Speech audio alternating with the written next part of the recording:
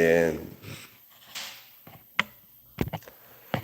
예, 오늘은 5월 오늘 어버이날입니다. 예. 우리가 좀 창세기 37장 말씀을 함께 나누고 있는데 어제 말씀으로 다시 봐서 이렇게 복습할 건 없고요. 어제 거를 좀 기억하면서 오늘 말씀을 이어가겠습니다. 이제 요셉이 도단으로 가는 길로 가서 형들에게 이제 이르게 되었어요. 또 요셉이 오는 것을 멀리서 본 형들이 야 요셉 온다 이러면서 하는 말이 저 꿈꾸는 자가 오는도다.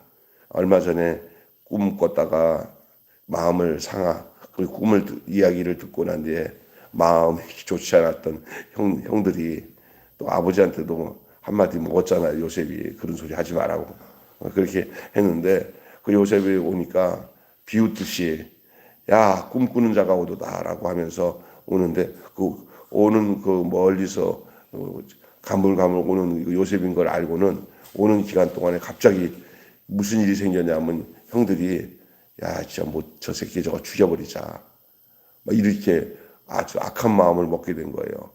그럴 때 제일 큰 형 르우벤이 역시 그래도 그 제일 큰 형이 나이 차가 많잖아요. 그리고 아버지 마음을 그래도 큰 놈이 좀 알게 돼 있어요. 그 여러 형제 중에 그러니까 책임감도 있고 그러니까 요셉을 죽이자고 하니까 형들이 그거 하지 마라. 하지 마. 손대지 마. 요셉에게 피 흘리면 알아서 해. 해놓고 그 웅덩이, 물 없는 웅덩이에다가 일단은 가두게 하니까 그렇게 해. 그러고 난 뒤에 이 형이 나중에 애들 모르게, 동생들 모르게 요셉을 풀어가지고 안전하게 다시 데리고 갈 심상이 했는데 형이 없는 사이에 마침 미디안 상인이 지나가는데 그 이스마엘 사람들이에요. 그런데 그 이제 애굽으로 왔다 갔다 하면서 장사하는 사람들이에요. 거기에 뭐 여러 가지 뭐 물건도 싣고 아마 보따리 장사하는 사람들인데 요즘 같은 무역업을 하는 사람이죠. 딱 지나가는데 갑자기 유다가 여기다가 우덩이에다가 주셔서 뭐하냐, 야 아예 팔아버리자 하고 그래서 유다를 통해 팔아가지고 이제 애굽 상인에게 넘겼어요. 미디안 상인에게 넘겨서 애굽에 팔았어요. 그리고 은 20개를 받았어요. 마치 가룟 유다가 예수님을 팔아버리는 것처럼 같은 이름이 유다예요. 유다가 팔았어요. 그리고 난 뒤에 조금 있다가 이제 형이 돌아오니까 어디야 요셉이 어디 갔냐 그랬더니 구덩이에 있던 요셉이 없는 거야 그랬더니 팔려갔다는 소리를 듣고는 그냥 옷을 찢고 울면서 난리를 친 거예요 형이.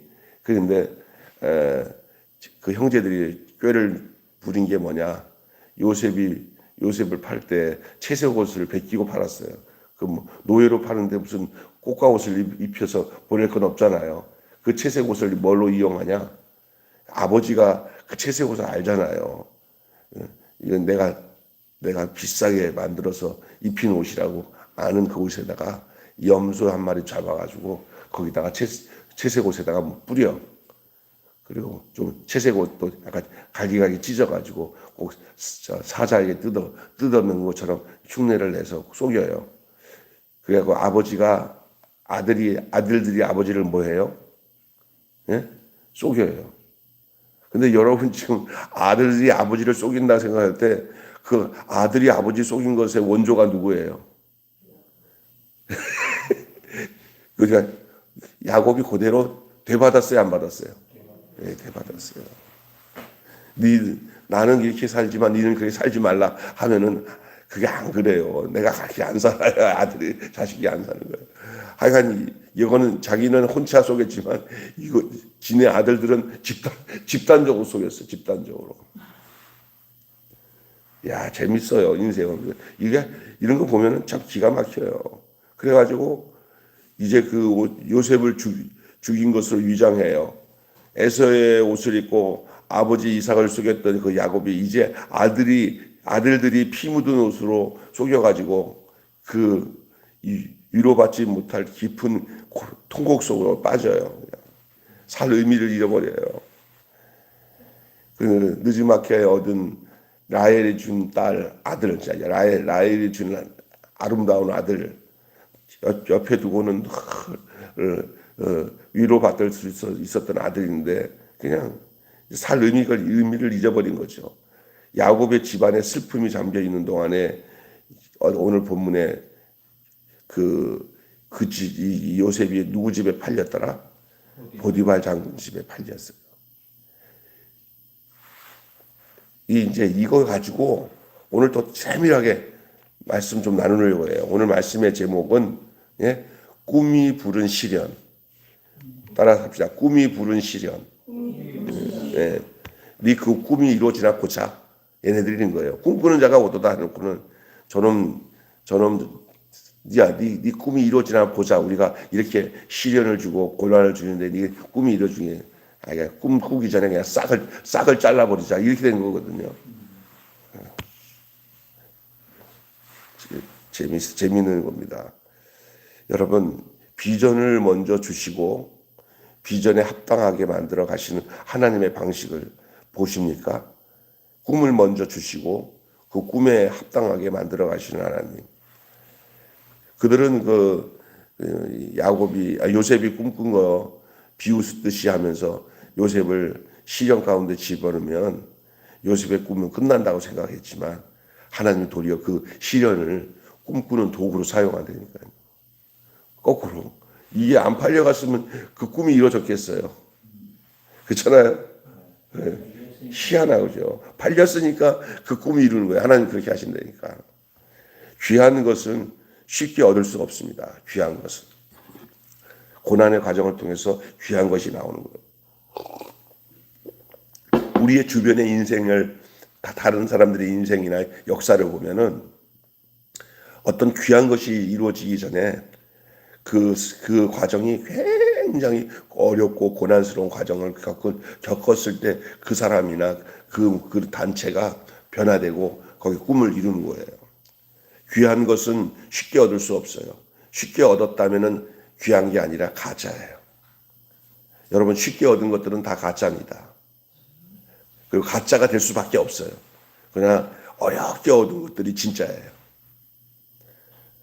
말씀 한마디로 천지를 창조하듯이 요셉의 꿈이 한 번에 이루어질 수 있을 수는 있어요. 그러나 하나님은 요셉을 향하여서 그 꿈과 모순되는 그 우여곡절의 고난의 시련의 과정을 허락하신 것은 그 꿈이 진짜 요셉과 그 형제와 그 아버지와 모든 자로 하여금 그 꿈이 진짜 꿈이 되게 하기 위한 거예요.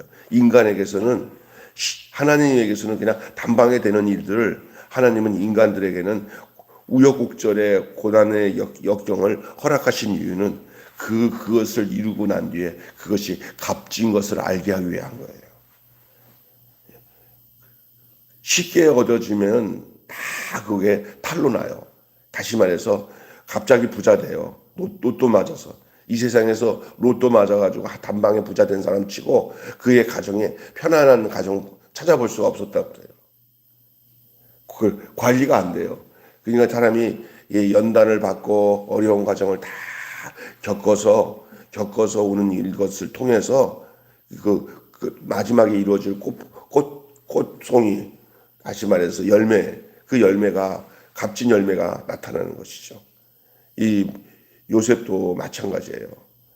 그 요셉이 하나님이 꿈을 줬지만 꿈을 이루는 과정은 정말 형제들한테 팔려서 또 애굽의 노예로 일하게 하고, 그리고 난 뒤 나중에 거기서 또 뒤집어 써가지고 또 감옥에 들어가고, 이런 정말 그게 극한 고난이 이 요셉에게 찾아왔지만 그 끝은 뭐로 돼요?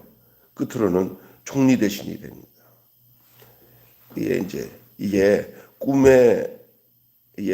꿈과는 모순적인처럼 보이는 그런 우여곡절이 많아요. 하지만 그렇다면은 여러분, 꿈의 문자적인 시련이 아니라 사람, 이스라엘이 하나님의 목적이에요. 하나님의 목적이에요. 사람은 이런 연단 과정을 통해서 그 그 꿈이 이루어질 때 그게 진가가 드러나는 거죠. 시련이 현실이 됩니다. 오늘 보면은 시련이 현실이 돼요. 안부를 물으러 온 요셉이 형에게 미래의 위협이었어요. 자, 안부를 물으러 온 요셉이 형들에겐 미래의 위협이었어요. 왜냐하면은 요셉이 한 말이 자기가 그 꿈꾼 얘기를 했을 때 저들이 다 요셉에게 머리를 숙이고 절한다는 말이 그들이 비웃듯한 이야기지만은 또 속으로 한편으로는 아이고 진짜 우리가 저놈 밑에서 절하고 저를 받들여 섬겨야 되는 그 날이 오게 돼. 아주 아버지가 이뻐하니까 저 기고만장하네. 막 이런 생각하면서 안 그래도 미운데 아주 그냥 미운 마음이니까 어디 한번 보자 그래. 우리가 어떻게 하나 보자. 우리가 한번 이렇게 했는데 네가 앞으로 잘할 것 같아. 하면서 그런 마음으로 그들의 불안과 그 꿈을 망상으로 축소시키기 위해 속내를 내보이죠. 그래서 하는 말이 자, 저 꿈꾸는 자가 오도다라고 비웃듯이 하는 말이에요. 비아냥거리는 거예요. 하지만 꿈을 죽이려고 하던 시도가 오히려 꿈을 죽이려고 요셉을 죽이는 것은 꿈을 죽이는 거예요. 꿈을 죽이려고 하던 시도가 오히려 꿈을 현실로 실현하는 시작이 된 거예요. 야, 기가 막힌 거죠. 꿈을 죽이려고 하는 시도가 오히려 꿈을 실현시키는 시작이 된 거예요. 아까 전에 얘기했지만 보디발 집에 팔려가게 하기 위한 첫 번째 단추가 구덩이에 던져진 것이고, 그리고 두 형의 도움으로 르우벤과 유다의 도움으로 죽음을 면하고 팔려갔기 때문에 안전하게 애굽 땅으로 옮겨진 줄로 믿습니다. 아니 그 땅에서 도단에서 아니면 저기 아버지가 있는 그 헤브론 땅에서 계속 아버지 곁에서 그냥 아버지 밑에서 귀염받고 있으면 뭐가 되겠어요. 그냥 계속 형제들과 갈등하다가 그냥 인생이 끝나지. 거기서 큰 인물이 되겠어요. 그래서 어떤 면에서는 요셉은 종으로 팔려가기보다는 애굽으로 유학 간 거예요. 사람은 생각하기 나름이에요.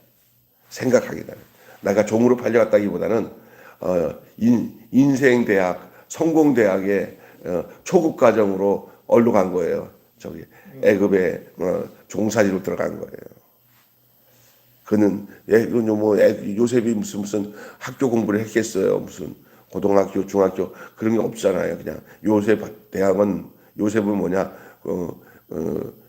저기 팔려가갖고 저기 보디발 장군 집이 아마 중등 과정, 고등 과정이고 그 다음에 감옥에 들어가는 것이 대학원 과정이 그게 하나님이 직접 그를 가르치고 인도하셨죠. 이 요셉의 눈에는 안 보이지만 아버지랑 가까이 지내면서 그의 할아버지의 하나님, 증조 할아버지의 하나님에 대한 이야기를 다른 자녀들보다 더 깊숙하게 아마 듣고 어린 시절을 잘하지 않았나 싶어요. 그러면서 또 하나님 꿈을 주셔가지고 그 가족을 구원하기 위한 사람으로 하나님이 선택하지 않았나 싶죠. 그죠? 그래서 여러분, 섭리는 악을 승인하지는 않지만 악을 사용하여 목적을 이룬다. 섭리는 악을 승인하지는 않지만 악을 사용하여 목적을 이룬다. 그렇습니다. 우리 예수님 십자가에서 죽으심으로 우리에게 하나님이 보내신 목적이 이루어져요. 그죠?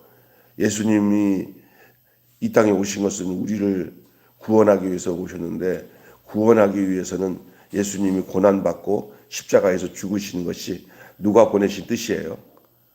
하나님이 보내신 뜻인데 그걸 모르고 예수님을 계속 핍박하고 네가 잘하면 네가 하나님의 아들이냐 하면서 비아냥거리면서 그 사탄이 당시의 종교 지도자들과 그 유대 백성들을 이용해 가지고 예수님을 죽이면 그것이 지들이 그 예수님이 자기가 인류를 구원한다는 것들을 우리가 널 죽이면 구원이 되나 보자 했는데 그거 알고 보니까 그 죽는 것이 구원을 하는 건지 몰랐잖아 그들이. 그잖아요. 이거 요셉의 모습과 비슷해요. 예수님 모습이. 따라서 합시다. 미생이 완생이 돼요. 그 건축하시는 분은 아실 거예요. 미생이 뭐고 완생이 뭔지 아시죠? 예. 완전히 이루어지지 못한 게 미생이고 완전히 되어지는 게 완생이잖아요. 지금 이제 르우벤이 요셉을 살리고 싶어는 했지만 이 형제들의 집단 분노를 거스르지 못한 채 그냥 결국 르우벤은 없는 자리에서 누구야? 형제들에 의해서 요셉이 처리돼요. 어떻게 처리되냐? 그때 넷째 형이었던 유다가 야 저기 장사꾼들 지나가네. 야 우리 형제 요셉을 우리 요셉을 팔아버리자. 해갖고 요셉을 팔아버리기를 제안해요. 잘한 거죠. 근데 사실은 르우벤은 죽이지 않고 데려갈 생각했지만 지금 이렇게 된 상황에서 요셉을 데리고 가면은 요셉은 상처가 클 것이고 돌아가서 또 아버지한테 얘기하면 죽을 줄 알아면 더 극한 갈등과 고난이 더 있을 거예요. 그런 상황에서 일부러 한 일은 아니겠지만 아주 탁월한 선택으로 한 거죠. 그러니까 죽이지 않고 애굽으로 팔려가게 한 것은 자의로 한 건지 아니면 하나님께서 역사하신 건지 모르겠지만 유다가 그 역할을 제대로 한 거예요. 그래서 자기들은 그냥 저게 이제 팔려가서 이제 운 좋으면 살 것이고 가서 잘못되면 죽으면 죽었고 그냥 아버지한테는 뭐라고 하자? 죽었다 하는 건 아버지한테 이렇게 해요. 왜냐하면 일단은 그 퍼센트가 절반이 돼도 죽은 것에다가 해놓고 나중에 살면은 언젠가 만나겠어. 끝난 거지 뭐 이러면서 내보내버린 거죠. 요셉은 자기들의 기억 속에서 이제 끝난 사람, 자식 중 형제간에서 누가 죽어버리는 거예요. 그런 것처럼. 그러나 죽이지는 않고 보냈어요. 참 다행이죠. 예? 살해 계획이 거래 계획으로 전환됐어요. 예? 그러니까 살해 계획이 거래로 전환됐어요. 예? 유다는 형제를 팔던 사람에서 훗날 유다의 얘기를 좀 잠깐 할게요. 이때 유다가 동생을 팔아넘겼잖아요. 앞장서서 형들 야, 내 말 들어봐. 잊지 말고 죽이지 말자. 야, 양이면 얘 살려보내가지고 살아서 저 외국 땅에서 살아나면 됐잖아. 지금 우리가 지금 제 꼴보기 싫어서 그런 건데 꼭 죽여야 되겠냐? 보내. 형 말이 맞네. 그래갖고 은 20개 팔았으니까 거기에 있었던 형제들 10명이 그냥 쌤쌤이로 나눠 먹었을 것 같아 내가 보기에. 그리고 난 뒤에 요셉의 채색 옷을 벗겨가지고는 거기다가 양의 피를 뿌리고 아버지한테 가서 아주 시집이 딱 되고 아버지 이거 혹시나 요셉 옷 아닙니까? 아주 그러면서 지네들도 슬픈 모습으로 요셉을 발견한 것처럼 이러니까 아버지가 이삭이 야 이거 아이고 에서처럼 너 털이 부슬부슬하구나 에서구나 하고 쏘은 것처럼 쏘아요. 야 그냥 이때부터 야곱은 진짜 요셉이 죽은 줄 알고 절대 살았다는 건 나중에 요셉을 만났을 때야 그때 알았대.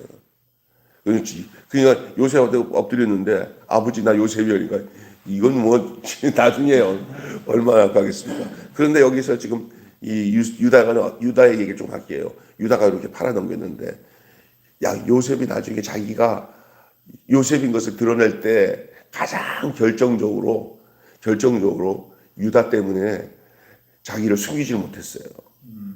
왜 숨기지 못했냐? 그건 자기 친동생 베냐민. 엄마가 낳으면서 마지막으로 난 아들이 베냐민이잖아. 그 베냐민만 볼모로 붙잡았잖아요. 그죠? 볼모로 붙잡을 때 다른 형제들은 몰라도 요셉을 팔아넘겼던 기억을 한 이 유다가 늘 죄책감에 빠져가지고 그냥 그 앞장서 가지고 요셉인지 모르는 그 총리 대신에 앞에서 과거 얘기를 하는 거예요. 그러면서 이 동생은 절대 안 됩니다. 내가 이의 형이었던 요셉을 팔아넘겼는데 얘까지 여기서 놔두고 팔아넘기고 우리가 가면 안 됩니다. 아예 얘는 데려주시고 얘 대신 1대1로 제가 대신 남겠다고 막 울면서 하니까 그거 보고 있던 요셉이 이 가슴에 억장이 무너지면서 거기서 그냥 자기를 폭로한 거예요. 나와요. 이 요셉이 유다가 그랬어요. 유다는 형제를 팔던 사람에서 훗날 형제를 위하여 자신을 내어주는 사람으로 변화하는데 이것이 시작점입니다. 그래서 미생이 완생이 돼요. 유다가 그런 거예요. 그러니까 이 요셉을 파는 과정 속에서 나쁜 놈들이잖아요. 그러나 하나님은 형제들도 바꿔주셔요.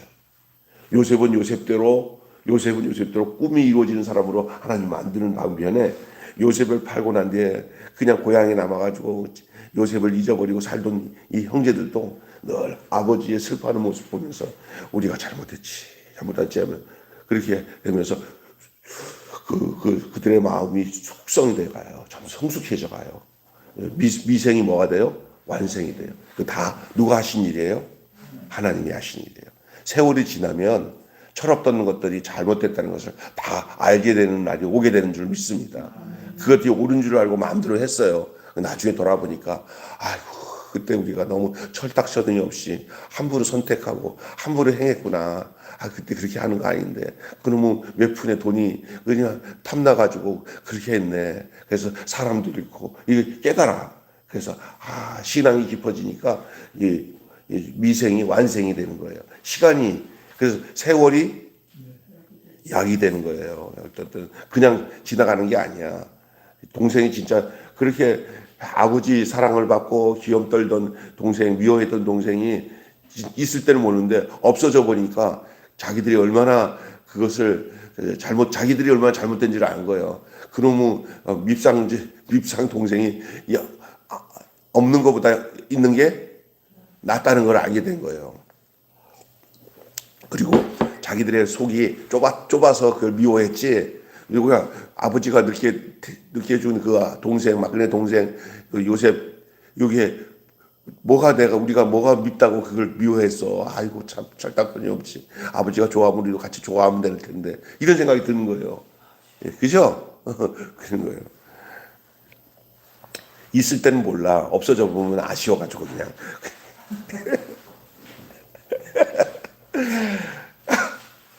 나중에 상심이 상생이 돼요. 라는 얘기 나와요. 상심이 상생이 돼요. 야곱은 염소를 사용해가지고 아버지를 속인 바가 있었잖아요. 야곱도 염소를 이용했어요. 염소 털을 이 손목에 둘러서 갔잖아요. 그러니까 속이는 데는 언제든지 뭐가 사용되었어요? 양 아니요, 염소요. 성경 염소로 나와요. 그래서 염소를 죽여서 염소털을 가지고 이렇게 변장을 했어요. 야곱도. 그런데 이제 이 야곱의 아들들인 염소의 피로 이제 채색옷에 뿌려가지고 아버지 앞에 내놨어요. 야곱은 아들을 잃어버리면서 자기 생애의 그림자 같은 것을 마주합니다. 아마 나는 모르겠지만 야곱이 내가 형 속이고 아버지 속였던 거 되받는구나 하는 생각을 없죠 안 했겠어요? 그것뿐만 아니라 라반에게서도 얼마나 많이 속임 당한지 몰라. 외삼촌한테도. 야곱은 요셉만 잃은 게 아니라 미래를 잃어버렸어요. 꿈이 없어져 버렸어요. 아들 하나가 자기의 미래였어요. 미래를 잃어버렸어요. 상심이 클수록 결론이 빨라지는 거죠. 하지만 이게 끝이 아니고 아들을 잃어버리니까 끝인 것 같은데 이게 시작이에요. 시작. 그 아버지한테 말했던 꿈 이야기의 시작점은 요셉이 이렇게 팔려가는 데부터 시작이 되는 줄로 믿습니다. 우리는 어떤 상황에 끝났다고 생각하고 낙심하지 마세요. 이제 시작인 줄로 믿습니다. 내가 이제 여기가 마무리야. 끝났어. 아니에요. 그게 이제 시작이에요. 하나님의 일은 내가 끝날 때 시작됩니다. 아멘. 내가 끝나야 하나님이 시작돼요. 저들은 야곱은 아이고 이제 내 아들 없으니까 끝났다 했지만 이제는 저가 생각하지 않은 자기 아들 요셉의 이야기는 시작이에요. 시작. 형들은 끝났다고 생각했고 야곱은 잃어버렸다고 믿었습니다. 그래서 우리가 생각하기는 도단까지만 봐요. 그 형제도 도단에서 웅덩이에 파묻혀 죽을 뻔했던 이제 요셉은 이제 끝났어. 이제 요셉은 우리 안에서 아웃 그렇게 생각했을 거예요. 그들의 이 야곱을 향한 인생은 도단에서 끝났다고 생각했을 거예요. 그러나 하나님은 이 야곱을 애굽으로 보냄으로 인해서 애굽까지 보신 거예요. 애굽까지. 이제 이 야곱의 활동 무대는 그 아버지 품에 그 형제들 사이에 있는 요셉이 아니라 전 세계의 가장 중심이었던 그 이집트 애굽의 파라오 다시 말해서 바로 곁에서 이제 그의 인생이 꽃피기 시작하는 줄로 믿습니다. 나의 길도 도단까지 보입니까? 아니면 관계가 끊어지고 표지가 사라지고 상실처럼 느껴지는 상황이 마치 도단처럼 보이는 현실일 수 있어요. 그러나 신앙의 눈이 열리면은 애굽까지 보이는 그런 역사가 이제부터 시작이구나라는 것을 볼 수 있게 되고, 이걸 다른 말로 보면은 이 도단은 목적지가 아니라 경유지예요. 정거장이에요. 실패의 자리가 아니라 섭리의 자리고 섭리의 길이에요. 할렐루야. 이제 본격적인 요셉의 그 파란만장한 이야기 같지만은 기가 막힌 이야기들이 이제 한동안 요셉의 얘기가 전개될 겁니다. 그때마다 너무너무 재밌는 얘기가 많고 그 안에 하나님이 우리에게 주시는 교훈들이 많아요. 이제 그 클라이막스 현장이 아마 우리에게 죄를 이기고 악의 유혹에서 이기며 젊은 시절을 하나님 앞에 붙들려서 사는 아름다운 청년의 이야기를 내일은 할 거예요. 그게 어디예요? 보디발 장군 집에 들어가서 성실하게 일하게 하다 보니까 눈에 띌 정도로 사람이 똑똑하고 종이지만 노예지만 너무 다니까 그 큰 집에 젊은 총무로 세워요. 너무너무 잘생기고 똑똑하고 괜찮으니까 그 주인집 안집 마님이 그 보디발 부인이 아주 아름다운 여자지만 아주 세상 말로 하면 아주 못된 여자예요. 이쁜 잘생긴 것은 그냥 못 보고 넘어가. 그런 여자예요. 그러니까 누구를 건드리려고 해요. 요셉을 건드리려고 유혹을 하는데 거기서 요셉이 당장에 내 편안함을 지키면 그 여자가 원하는 대로 했을 수도 있어요. 근데 요셉이 뭐라고 하냐면 어찌 내가 하나님 앞에서 득죄하리가 하고 옷을 베김을 당하고 도리어 누명을 씌워요. 도리어 그 요셉이 그 자기를 겁탈하다 한다고 거짓말 치니까 아마 나는 보디발이 자기 아내를 알고 요셉을 알았으면 상황이 그러니까 어쩔 수 없이 요셉아 미안하다. 너를 내가 믿으니까 정치범 가장 그 권력이 있는 사람들이 들어가 있는 그 감옥으로 너를 보내야겠다고. 그는 잡범이에요. 잡범. 근데 정치인들이 있는 술 맡은 관원장, 떡 맡은 관원장 그 사람들이 있는 데다가 보낸 이유가 보디발 장군이 이 요셉이 자기 집에 있었지만 마누라가 저렇게 난리를 치는 바람에 어쩔 수 없으니까 집어넣은 거예요. 그 제가 생각한 판단이에요. 나는 그렇게 봐요. 그게 잡범이거든요. 근데 글로 갈 수 없어요.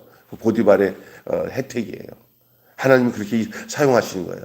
어쩌면 그 여자가 막 유혹하는 것도 하나님이 그렇게 내버려 두신 거예요. 거기서 이 요셉이 이겨내잖아요. 재밌어요.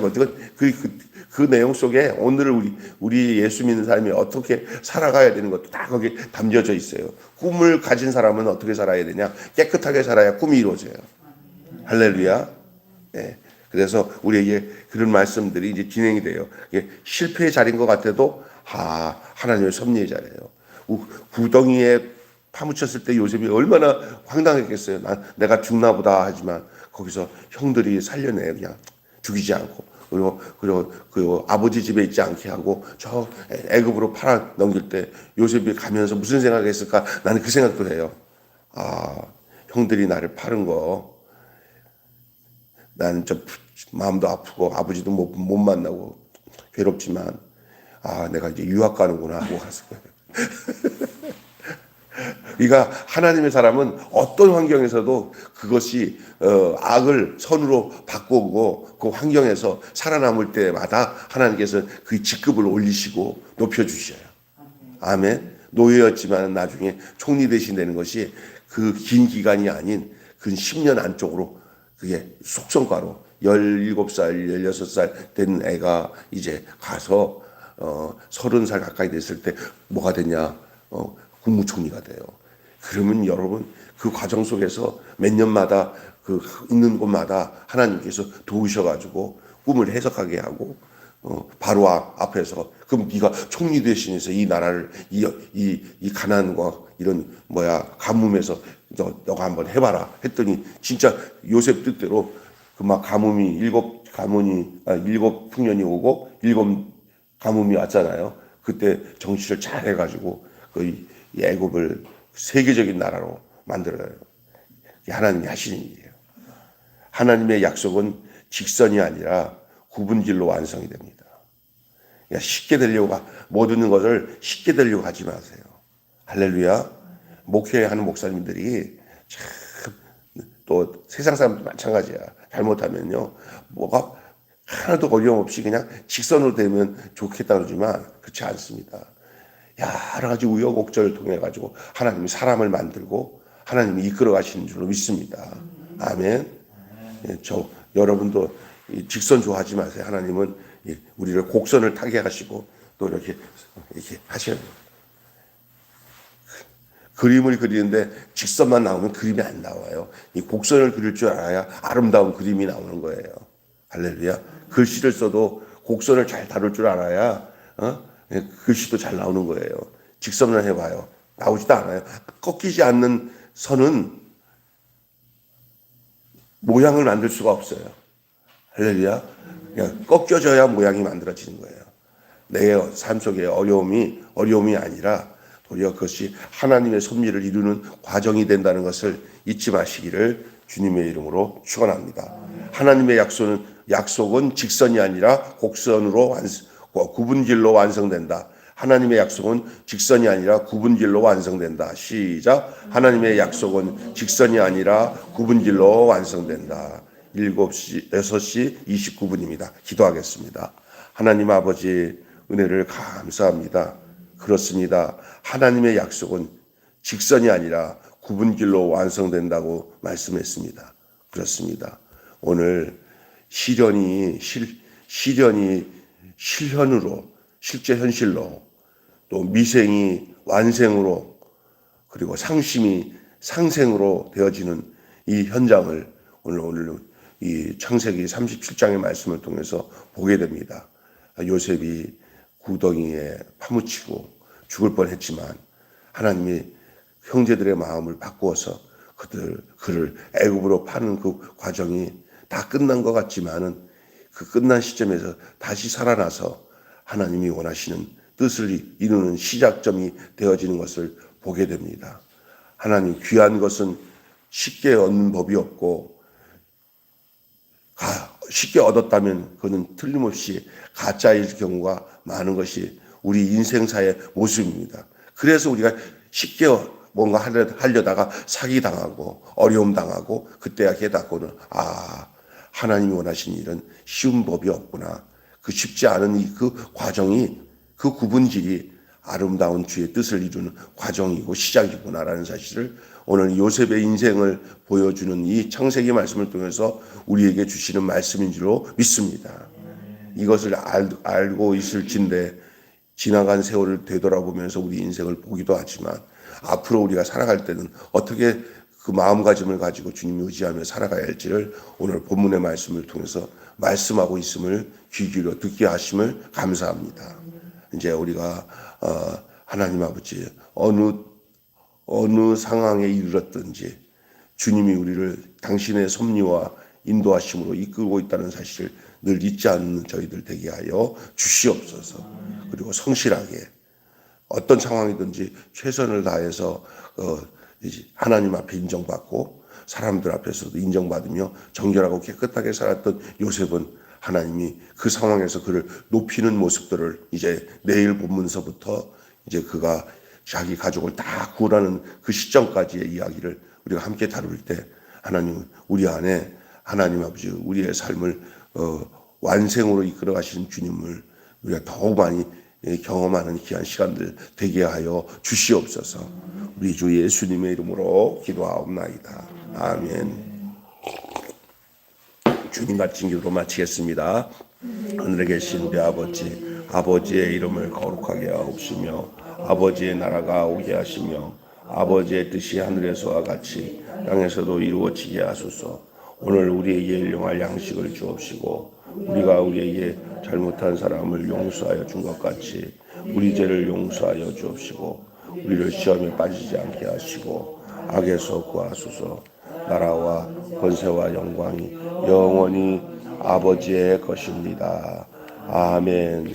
자유롭게 기도하시다가 돌아가시면 되겠습니다.